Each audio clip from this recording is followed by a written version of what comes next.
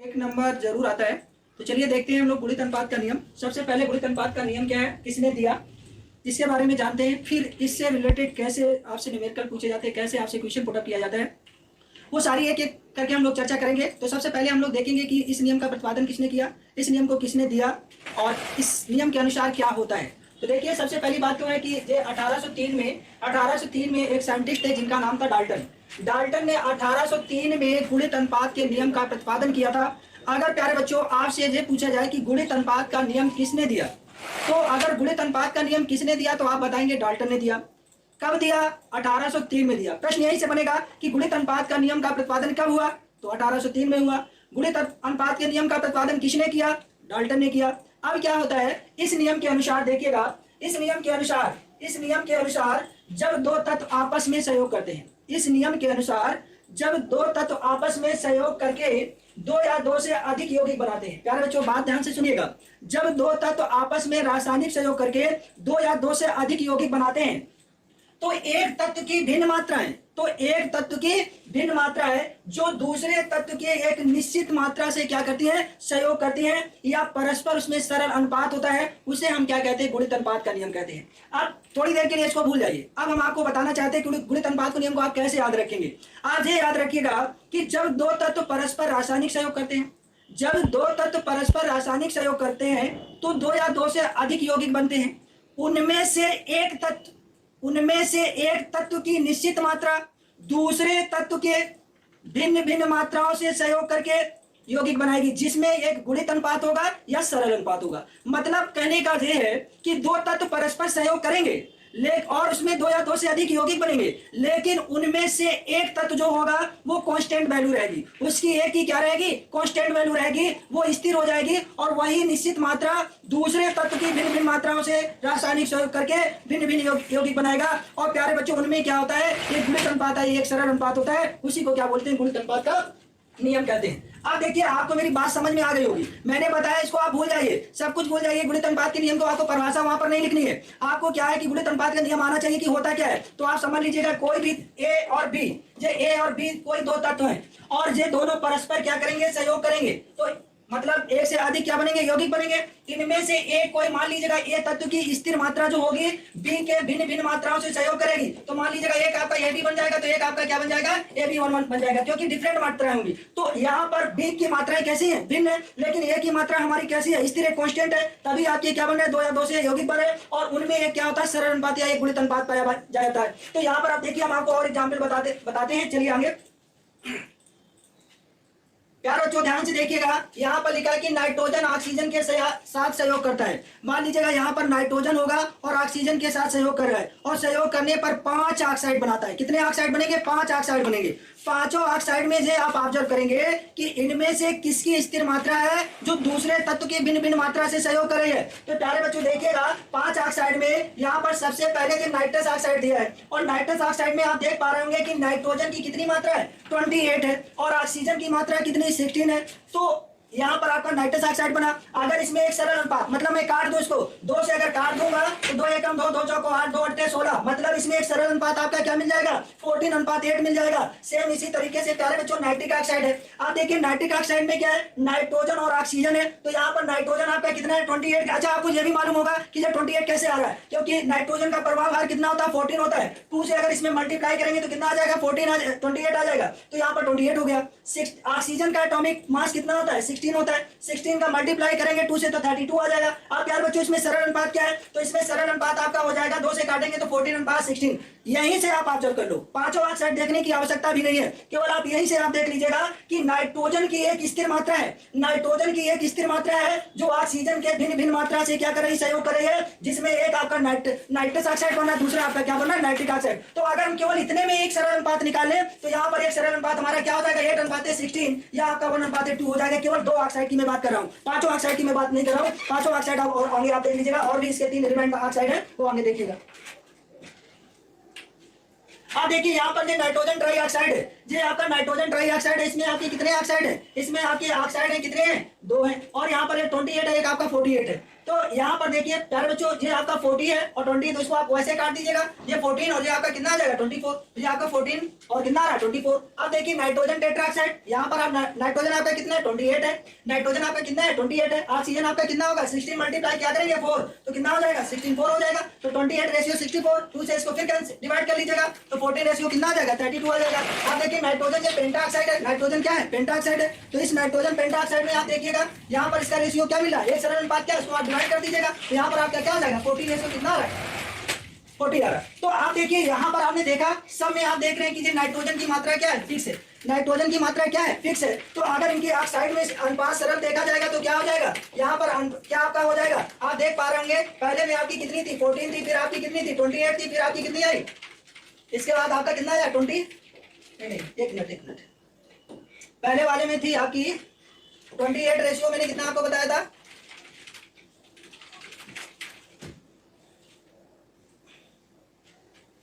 ये देखिए यहाँ पर आपका 28 रेशियो 16 था। तो अब देखिए यहाँ से ये आपका कितना है, सबसे पहले 8 रेशियो कितना हुआ आपका 16 हुआ, फिर आपका कितना हुआ 24 हुआ, फिर आपका कितना हुआ 32 हुआ, फिर आपका कितना हुआ 40 हुआ। तो ये 5 ऑक्साइड है, 1 2 3 4 5। अब इनमें एक सरल अनुपात आपका क्या हो जाएगा 1:2:3:4:5। तो यहाँ पर हमने देखा क्या कि जो नाइट्रोजन है, नाइट्रोजन की स्थिर मात्रा है, नाइट्रोजन की कैसी है स्थिर मात्रा है, और ऑक्सीजन के भिन्न भिन्न मात्रा से, नाइट्रोजन की 40 ग्राम मात्रा जो है ऑक्सीजन के भिन्न भिन्न मात्रा से रासायनिक सहयोग करके 5 भिन्न प्रकार के ऑक्साइड बनाते हैं, जिसमें एक सरल या गुणित अनुपात होता है, और वही हमारा क्या होता है गुणित अनुपात का नियम होता है। ठीक है, ये बात आपको समझ में आ गई होगी। अब देखते हैं हम दूसरा एग्जाम्पल आपको बताते हैं।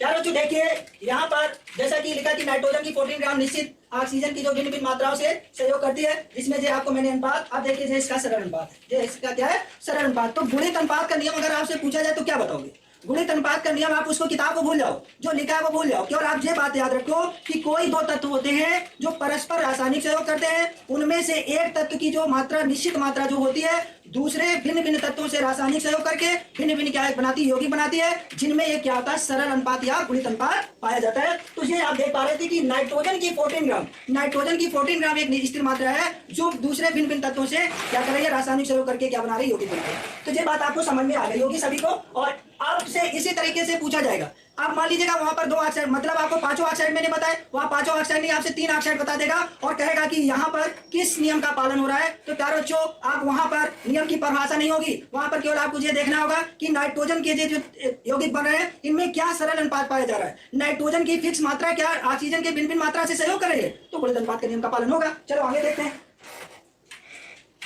अब प्यारे बच्चों देखिए यहाँ पर दूसरा एग्जाम्पल आपके सामने है। अब आप देखिए यहाँ पर कार्बन है, तो यहाँ पर ये कार्बन है और ऑक्सीजन है। आप देखिए कार्बन जो है, ये कार्बन जो है एक बार ऑक्सीजन से सहयोग करता है तो यहाँ पर आपका क्या बना देता है, कार्बन मोनोऑक्साइड बना देगा, क्या बना रहा है।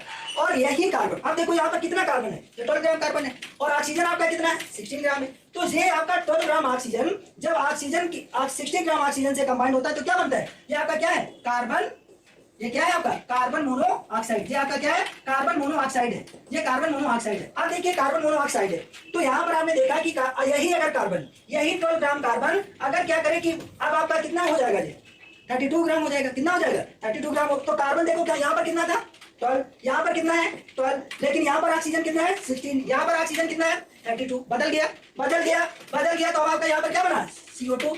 तो यहाँ पर आप क्या देख पा रहे हैं, ये किस नियम का पालन कर रहा है, ये गुणित अनुपात के नियम का पालन कर रहा है। और गुणित अनुपात के नियम का पालन क्यों कर रहा है, क्योंकि कार्बन की निश्चित मात्रा, कार्बन की निश्चित मात्रा ऑक्सीजन के, मतलब 12 ग्राम कार्बन ऑक्सीजन के भिन्न भिन्न मात्राओं से रासायनिक,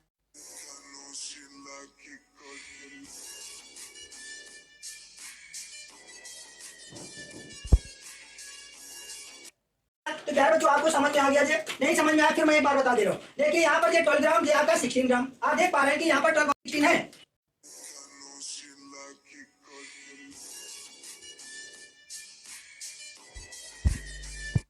16 रेशियो कितना है 32 है। तो इसमें एक सरल अनुपात क्या पाया जाएगा, इसको कट कर दीजिएगा, वो रेशियो क्या आएगा, मतलब यहाँ पर जो ऑक्साइड है, ऑक्सीजन में तो कार्बन की भिन्न भिन्न मात्राओं से जो सहयोग करते हैं उनमें से एक क्या पाया जा रहा है, सरल अनुपात पाया जा रहा है। तो ये किस नियम का पालन करेगा, ये किस नियम का पालन करेगा, गुणित अनुपात के नियम का पालन करेगा। किसका करेगा, गुणित अनुपात। अच्छा चलिए दूसरा एक और आपको एग्जाम्पल बता दें। आप जैसे मान लीजिएगा, देखिएगा ये आपका सल्फर है और ये मैंने ऑक्सीजन मिला। अब यहाँ पर आपका मैंने बना दिया क्या, सल्फर डाइऑक्साइड। क्या बन गया, सल्फर डाइऑक्साइड बन गया। और अगर मान लीजिएगा सल्फर आपका मिले और फिर आपका क्या मिल जाए, ये और ये आपका क्या बन जाए, SO3 बन जाए, सल्फर डाइऑक्साइड बन जाए। अब देखिए यहाँ पर किस नियम का पालन होगा, यहाँ पर ये आपका कितना है 32 ग्राम, ये यहाँ पर कितना है 32 ग्राम है, ये कितना है आपका 32 ग्राम है, ये कितना है 48 ग्राम है। मतलब यहाँ ऑक्सीजन 32 ग्राम, यहाँ पर ऑक्सीजन 48 ग्राम। तो यहाँ पर ये आपका एक सल्फर डाइऑक्साइड बन रहा है, एक आपका क्या बन रहा है, सल्फर डाइऑक्साइड बन रहा है। तो सल्फर की स्थिर मात्रा है और सल्फर की स्थिर मात्रा क्या है, भिन्न भिन्न ऑक्सीजन की मात्रा से सहयोग करके भिन्न भिन्न यौगिक बनाती है। तो ये किस नियम का पालन करती है, गुणित अनुपात। तो ये बात आप लोगों को समझ में आ गई। चलिए आगे हम लोग बढ़ते हैं। तो ये जो उसी के बारे में लिखा हुआ है कि 12 ग्राम का ऑक्सीजन की भिन्न भिन्न मात्राएं कार्बन मोनोऑक्साइड कार्बन डाइऑक्साइड बनाती है। ऑक्सीजन की भिन्न भिन्न मात्राएं 6:32 जो एक सरल अनुपात 1:2 जो अभी मैंने आपको एग्जाम्पल बताया था उसका एक्सप्लेनेशन है। ठीक है, चलो आगे बढ़ते हैं। ध्यान से प्यारे बच्चों देखते जाइए। अब देखिए ये आपका क्या है, लॉ ऑफ रेसिप्रोकल है, इसको बोलते हैं व्युत्क्रम अनुपात का नियम। क्या बोलते हैं, व्युत्क्रम अनुपात का नियम, लॉ ऑफ रेसिप्रोकल है। इसको थोड़ा ध्यान से समझिएगा, इसको थोड़ा ध्यान से समझिएगा। देखिए सबसे पहली बात तो है, आपसे ये पूछा जाए, अगर आपसे ये पूछा जाए, क्या पूछा जाए कि जो व्युत्क्रम अनुपात का नियम है, जो व्युत्क्रम अनुपात का नियम है, लॉ ऑफ रेसिप्रोकल है, वो किस वैज्ञानिक ने दिया है। तो देखिए रिक्टर होता है, लेकिन इसको रिचर भी पढ़ा जाता है क्योंकि स्पेलिंग इसकी होती है RICHER होता है। तो रिक्टर हिंदी में पढ़े चाहे रिचर पढ़े, बात एक ही है, आपको कंफ्यूज नहीं होना। रिचर मिल जाए चाहे रिक्टर मिल जाए, दोनों बात एक ही है कि लॉ ऑफ रेसिप्रोकल के प्रतिपादक कौन है, व्युत्क्रम अनुपात के नियम के प्रतिपादन करता कौन है, व्युत्क्रम अनुपात का नियम किसने दिया है। तो आप बताएंगे प्यारे बच्चों, रिक्टर ने दिया या रिचर ने दिया है। अब आपसे यह पूछा जाए कि जो व्युत्क्रम अनुपात का नियम है, व्युत्क्रम अनुपात का जो नियम है वो कब दिया गया, किस समय उसका प्रतिपादन हुआ। तो आपको मालूम होना चाहिए 1792 में। कब हुआ, 1792 में, 1792 में इस नियम का क्या हुआ, प्रतिपादन हुआ। और इसके प्रतिपादक कर्ता कौन थे, रिचर थे। कौन थे, रिचर थे। तो लॉ ऑफ रेसिप्रोकल या व्युत्क्रम अनुपात का नियम किसने दिया, किस वैज्ञानिक ने दिया, रिचर ने दिया। कब दिया, 1792 में दिया। कब दिया, 1792 में दिया। तो ये बात देखिए, यहां से मैं, आप लोग ध्यान से रखिएगा, ये आपसे थ्योरी नहीं पूछी जाएगी, लेकिन इस थ्योरी से बहुत सारे प्रश्न बन सकते हैं। एक प्रश्न नहीं मैं बता रहा हूं, इससे आप 5 प्रश्न बन सकते हैं, इससे 10 प्रश्न बनाए जा सकते हैं। आपसे केवल यही पूछ लिया जाएगा, एक कॉन्सेप्ट से आपके कई क्वेश्चन तैयार होंगे। अगर आपसे पूछा जाए कि व्युत्क्रम अनुपात का नियम किसने दिया, तो आप बोलेंगे रिचर ने दिया। व्युत्क्रम अनुपात का नियम का प्रतिपादन किसने किया, तो आप कहेंगे कि रिचर ने किया। कब किया, तो आप कहेंगे 1792 में किया, 1792 में किया। अब इस नियम से क्या संबंध है, कैसे इसके एग्जाम्पल को हम फॉलो करेंगे, कैसे देखेंगे, तो थोड़ा ध्यान से देखिएगा, इसको ध्यान से कंसंट्रेट होकर समझिएगा, क्योंकि इस नियम में थोड़ा सा लॉजिक है। लॉजिक है, समझ लीजिएंगे, कोई दिक्कत नहीं है। लिखा हुआ कि इस नियम के अनुसार, इस नियम के अनुसार जब दो तत्वों की भिन्न भिन्न मात्राएं, इस नियम के अनुसार जब दो तत्वों की भिन्न भिन्न मात्राएं, अभी हमने वहां पर क्या बताया था, जब आपको हमने गुणित अनुपात में क्या बताया था, जब दो तत्व परस्पर रासायनिक सहयोग करते तो उसमें से एक तत्व की निश्चित मात्रा दूसरे की भिन्न भिन्न मात्रा है। लेकिन यहाँ पर क्या कर रहा है, कंपैरिजन करो। जब दो तत्वों की भिन्न भिन्न मात्राएं, मतलब दो तत्व है और दोनों की मात्राएं कैसी हैं, भिन्न भिन्न है। फिर क्या कह रहा है, किसी तीसरे तत्व की निश्चित मात्रा से। मतलब प्यारे बच्चों, ये आपका A है और ये आपका B है और ये आपका C है। C आपका कैसा है, इसकी मात्रा कैसी है, निश्चित है। इसकी मात्रा, इसकी 1 है, इसकी 2 है, इसकी मात्रा क्या है, इसकी मात्रा फिक्स है 4। तो ये A इससे भी सहयोग करता है और ये B इससे सहयोग करता है। मतलब आप समझ पा रहे हैं कि इस नियम के अनुसार जब दो तत्वों की भिन्न भिन्न मात्राएं, ये दो तत्व हैं, दोनों की मात्रा कैसी है, भिन्न भिन्न है। किसी तीसरे तत्व की निश्चित मात्रा, जिसकी मात्रा फिक्स है 4 ग्राम है, तीसरे तत्व की निश्चित मात्रा से क्या करती है, सहयोग करती है। तो वह आपस में उसी अनुपात में, तो वह आपस में उसी अनुपात में अथवा एक सरल या गुणित अनुपात में सहयोग करेंगे।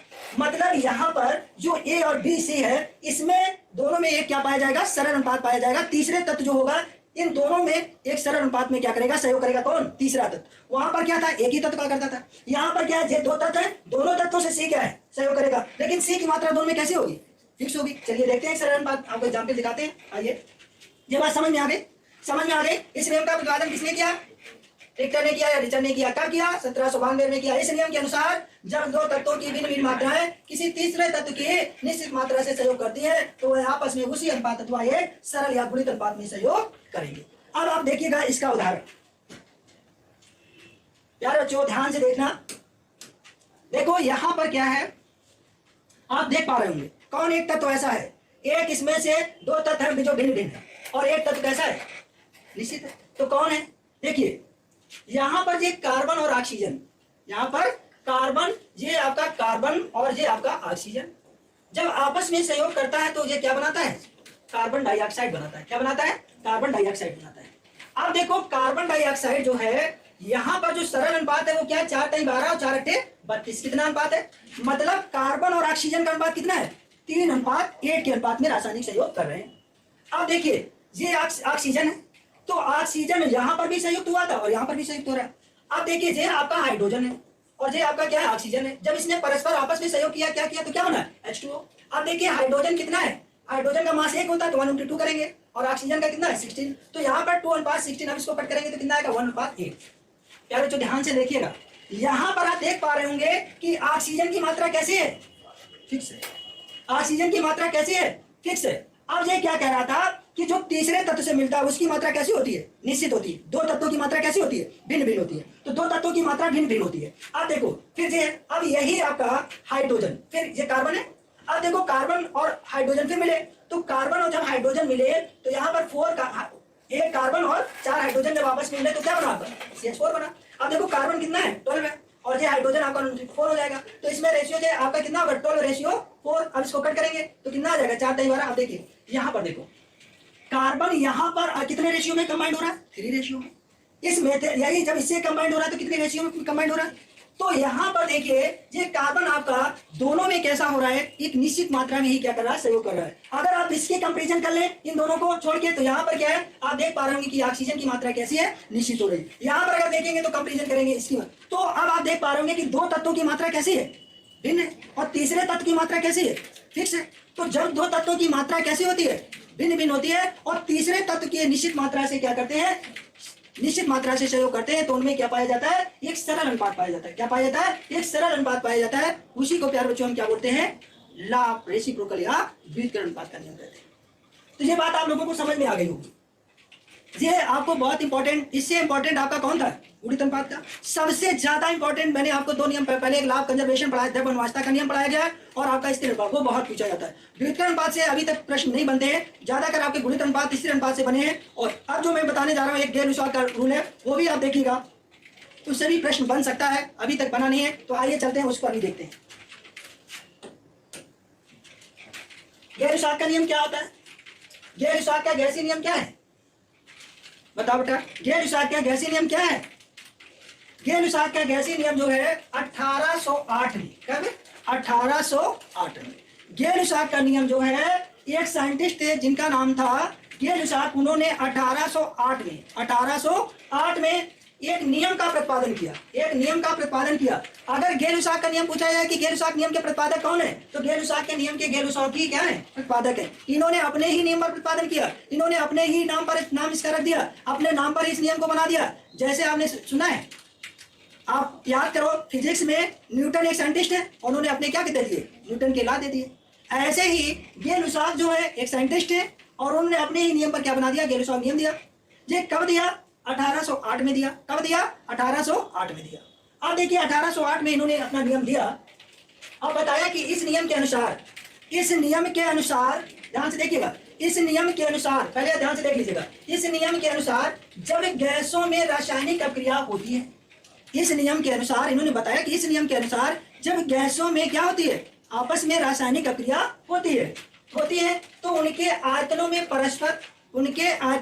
परस्पर यदि उत्पाद भी गैस हो, यदि आपके क्या हो? उत्पाद भी गैस हो, तो उनके आयतनों के साथ क्या होता है? एक सरल अनुपात होता है। प्यारे बच्चों देखिएगा, बताया गया कि इस नियम के अनुसार जब गैसों में रासायनिक अभिक्रिया, देखिए ये हाइड्रोजन आपकी क्या है? एक गैस है।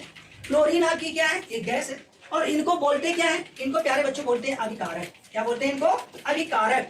क्या बोलते हैं? अभिकारक, या इंग्लिश में इनको क्या बोलते हैं? रिएक्टेंट। क्या बोलते हैं? रिएक्टेंट। अब प्यारे बच्चों ये रिएक्टेंट जब रिएक्ट करते हैं तो यहाँ पर क्या बनता है? यहाँ पर क्या बनता है, उत्पाद बनता है। क्या बनता है, उत्पाद। ऐसी को हम क्या बोलते हैं, प्रोडक्ट। क्या बोलते हैं, प्रोडक्ट। अब देखो ये दोनों हमारे क्या हैं, गैस है।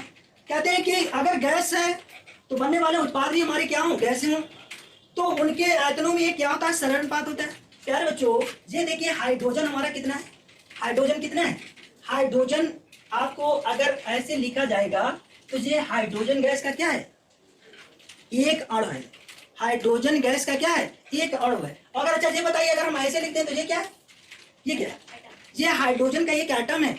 ये हाइड्रोजन का क्या है, एक एटम है। और हम ये भी कह सकते हैं कि ये ओनली सिंबल ऑफ हाइड्रोजन, ये हाइड्रोजन का प्रतीक है, हाइड्रोजन का प्रतीक है या हाइड्रोजन का वन एटम है। लेकिन अगर आपसे कभी ये पूछा जाए कि हाइड्रोजन का फार्मूला क्या होता है, हाइड्रोजन का सूत्र क्या होता है, तो प्यारे बच्चों हाइड्रोजन का जो फार्मूला होता है या सूत्र होता है वो क्या होता है, H2 होता है। और H2 आपका क्या है, मॉलिक्यूल है। H2 आपका क्या है, मॉलिक्यूल है। ये मॉलिक्यूल से ये आपका एटम है। और एटम से मॉलिक्यूल्स कैसा होता है, बड़ा होता है। एटम से मॉलिक्यूल्स क्या होता है, बड़ा होता है। तो आप देखिए यहाँ पर आपस में रिएक्शन जब होती है तो यहाँ पर हाइड्रोजन का एक मॉलिक्यूल्स गैस, मतलब हाइड्रोजन का एक मॉलिक्यूल्स क्लोरीन के एक मॉलिक्यूल से, ये क्लोरीन क्या है, गैस है। ये क्लोरीन क्या है, गैस है। मतलब एक मॉलिक्यूल्स गैस हाइड्रोजन और एक मॉलिक्यूल्स गैस क्लोरीन। जब एक आयतन गैस हाइड्रोजन और एक आयतन गैस जब क्लोरीन आपस में कंबाइंड होती है तो प्यारे बच्चों यहाँ पर एक आयतन हाइड्रोजन क्लोराइड और एक आयतन हाइड्रोजन क्लोराइड, तो टोटल कितना हो गया, 2 आयतन। अब देखो यहाँ पर कितना था, एक आयतन। ये कारक आपका कितना था, एक आयतन। ये आपका कितना है, एक आयतन। और टोटल आपका कितना आया। तो अब कारक और उत्पाद में सरल अनुपात है कि नहीं है। अगर इन दोनों को हम मिला दें तो बात तो वही आएगी, एक अनुपात एक आ जाएगा कि नहीं आएगा। तो यहाँ पर सरल अनुपात पाया जाता है। मतलब ये हमारे उत्पाद हैं और ये हमारे क्या है, क्या है, रिएक्टेंट या अभिकारक कहते हैं। तो अभिकारक, लेकिन यहाँ पर एक शर्त रखी गई है और वो शर्त क्या है, वो शर्त ये रखी गई है कि मतलब अभिकारक भी गैस हो और बनने वाला उत्पाद भी क्या हो, गैस हो। ये जो हमारा नियम है केवल गैस-लुसाक का नियम केवल गैसों के आयतनों पर ही काम करता है। ये हर जगह फॉलो नहीं हो, केवल अगर गैस की अक्रिया होंगी, गैसों के आयतन होंगे, उनके आयतनों में ये करेगा। लेकिन यहाँ पर जो एक्सप्लेन करता है वो हमारा गैर-लुसाक का नियम केवल गैसों के आयतनों के अभिकारक और उत्पाद में एक सरल अनुपात को क्या करता है, प्रदर्शित करता है। प्यारे जो देखते हैं दूसरा ये देखते हैं, एग्जाम्पल एक और देख लेते हैं। चलो अब देखो यहाँ पर अभिकारक और परिणामी गैसों के आयतनों में जो पहले वाले का है, जो मैंने बताया था 1:1:2 का अनुपात है, जो ये क्या है, सरल अनुपात। जो मैंने अभी आपको पहले बताया था कौन सा, हाइड्रोजन गैस और क्लोरीन गैस रिएक्ट हुई थी, तो हाइड्रोजन का कितना था, 1, और क्लोरीन का और आपका हाइड्रोजन क्लोराइड, तो टोटल आपका ये सरल अनुपात था।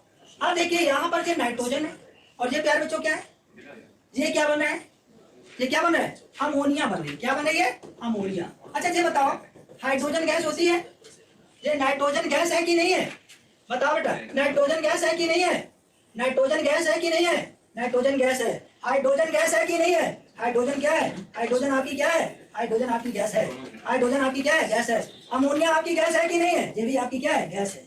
अब बात आती है कि जब हाइड्रोजन भी नाइट्रोजन भी गैस है, हाइड्रोजन भी गैस है, अमोनिया भी गैस है, तो ये अब देखो यहाँ पर ये वाले क्या कहलाते हैं, इनको हमने आपको क्या बताया, ये क्या कहलाते हैं, अभिकारक कहलाते हैं। ये क्या कहलाते हैं, अभिकारक कहलाते हैं। और अभिकारक जब अपकृत होते हैं या अक्रिया करते हैं तो बनता क्या है, उत्पाद बनता है। क्या बनता है, और गैर-लुसाक का नियम क्या कहता है कि जब कोई दो गैसें परस्पर आपस में क्रिया करें और बनने वाला उत्पाद भी गैस हो तो उनके आयतनों में क्या होता है, एक सरल अनुपात होता है। तो प्यारे बच्चों ये हमारा नाइट्रोजन है, नाइट्रोजन के कितने आयतन है, नाइट्रोजन के कितना आयतन है, 1 आयतन है। हाइड्रोजन के कितने आयतन है, 2 आयतन है। और अमोनिया कितने आयतन बन के तैयार हो रही है, अमोनिया आपकी 2 आयतन बन के तैयार हो रही है। तो यहाँ पर नाइट्रोजन और हाइड्रोजन क्या परिणामी जो गैसों का आयतन में अनुपात होगा प्यारे बच्चों, वो अनुपात क्या हो जाएगा, 1:3:2। ये आप इसका क्या हो जाएगा, एक सरल अनुपात हो जाएगा। और ये किस नियम का पालन करेगा, गैर-लुसाक नियम का पालन करेगा। किसका करेगा, गैर-लुसाक नियम का पालन करेगा। चलिए एक और एग्जाम्पल देख लेते हैं, कोई अगर खत्म हो गया। चलिए अब हम लोग आप लोगों से कुछ क्वेश्चन डिस्कस कर लेते हैं। चलिए अब आपको देखिए एक और गैस मैं बताता हूं और उसको आप लोग बताइए कि किस नियम का पालन करेगी। और वहां पर देखिएगा, अभी आपने हाइड्रोजन देखा, क्लोरीन देखा और ऑक्सीजन, इनकी रिएक्शन देखी।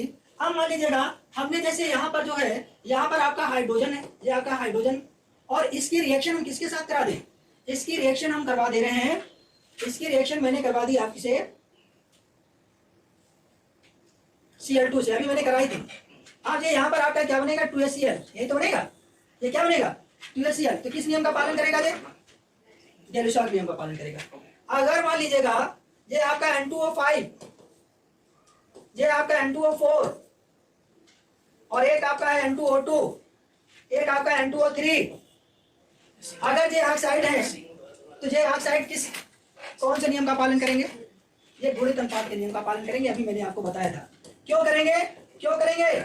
क्योंकि यहाँ पर सभी में नाइट्रोजन कितनी है 28, सभी में नाइट्रोजन कितनी है 28, सभी में नाइट्रोजन कितनी है 28, सभी में नाइट्रोजन कितनी है 28। ठीक है, चलिए अब एक और बात पूछ रहा हूँ आप लोगों से। जैसे मान लीजिएगा हमने यहाँ पर लिखा, यहाँ पर मैंने लिखा NH4Cl, NH4Cl, और इसको मैंने क्या किया प्यारे बच्चों, हीट कर दिया। क्या कर दिया? हीट कर दिया। और जब NH4 हीट किया तो यहाँ पर प्यारे बच्चों NH3 बचा और आपका बना HCl। अब बताइए, मान लीजिएगा ये जो है ये हमारा किस नियम को पालन करेगा? ये अभिक्रिया किस नियम का पालन करती है? ये अभिक्रिया किस नियम का पालन करती है?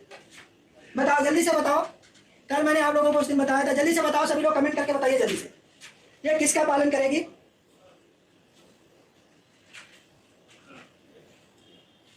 जल्दी से बताओ, ये किस नियम का पालन होगा? प्यारे बच्चों जल्दी से करिए, देखिए। अच्छा, इसको क्या कहते हैं? इसको क्या कहते हैं? ये नौसादर है। ये क्या है? नौसादर है। और इस नौसादर में कैसा गुण पाया जाता है? कैसा गुण पाया जाता है? ऊर्ध्वपातन का गुण पाया जाता है। कैसा गुण पाया जाता है? ऊर्ध्वपातन गुण मतलब जानते क्या होता है? ऊर्ध्वपातन का गुण जानते क्या होता है? मतलब जब किसी ठोस को अगर गर्म किया जाए, अगर किसी ठोस को गर्म किया जाए वो बिना द्रव अवस्था में बदले सीधे किस में बदल जाए? गैस में बदल जाए। किस में बदल जाए? गैस में बदल जाए। तो समझ लेना वहां पर कौन सा हो रहा है? सब्लिमेशन हो रहा है। क्या हो रहा है? सब्लिमेशन हो रहा है, ऊर्ध्वपातन हो रहा है। प्यारे बच्चों, ये आपका अमोनियम क्लोराइड है। ये आपका क्या है? अमोनियम क्लोराइड है। यहाँ पर नाइट्रोजन आपका कितना है? 14 ग्राम है। हाइड्रोजन आपका कितना है? 1 × 4 हो जाएगा। क्लोरीन आपका कितना हो जाएगा? 35.5 हो जाएगा। इन सबको जोड़ दीजिएगा, ये आपका 15 और प्लस कितना हो जाएगा? 15 प्लस नहीं, 15 नहीं होगा, ये आपका होगा 14 और 4 ये कितना होगा? 18 प्लस 35.5। इनको जोड़ो प्यारे बच्चों, 8 5 13 और 3 1 4 1 5, यही तो होगा।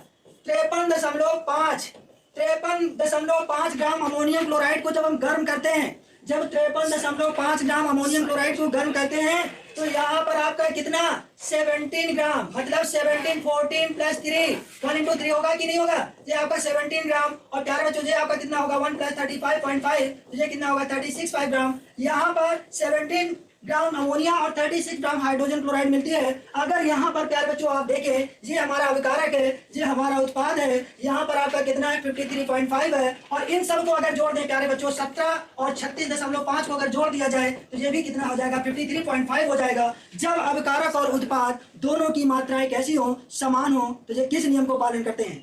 लॉ ऑफ कंजर्वेशन, द्रव अवनाशता का नियम।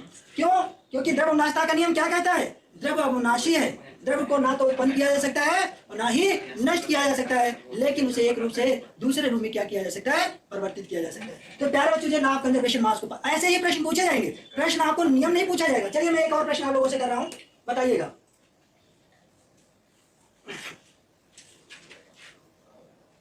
प्यारे बच्चों यहाँ पर देखिएगा, जैसे यहाँ पर लिखा हुआ है CH4। क्या लिखा है? CH4। और ये जब CH4 है तो यहाँ पर ये CH4 कैसे बना होगा? C+4H, तभी तो बना होगा CH4। अब देखिए, ये जो मेथेन है इसको ऐसे नहीं, उल्टा मैंने लिख दिया है, ऐसे लिखो C+4H और यहाँ पर लिख दीजिएगा CH4।